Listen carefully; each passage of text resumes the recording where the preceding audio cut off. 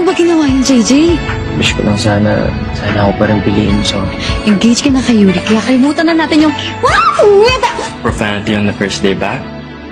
Nagsaselos ako. You agreed to be my fiancé. Hirap may in love, no? Dala-dalawa ngayon nagkakagusto sa'yo. Can I kiss you again? Why are you doing this to me, Jay? Tell me and I'll leave you alone! Oo na! Bakit kita, Jay? Mahal din kita, Kiefer. Umisip mo sabihin na kay Yuri. Si Kiefer talaga. Alam ko naman simula pa lang si Kiefer na eh. Sana hindi mo pagsisiyan na hindi mo pinili si Yuri. Nahati na naman yung section E. Kung makipagbandi kayo kay JJ, parang walang alam ah. Ano? Innocent? Ano nangyayari? Bakit kayo nagkakagulo? You'll regret being with Kiefer. Trust me, I've been there. Ang ganda-ganda mo na. Kaya tumigil ka na! Gusto kong makita yung reaction mo kapag nalaman mo. Okay. Ang dalawang sa akin. Si Yuri ang unang lumapit sa akin and he laughed me. And then Kiefer showed up. Nagbuhatan niya ako ng kamay. Sinaktan mo ba talaga si Freya? I did.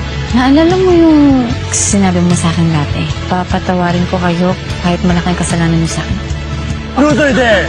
Eto Yuri, kailan mo balak sabihin sa amin yung tungkol sa engagement niyo ni JT? Tangin na, ano pang di namin alam? Hey!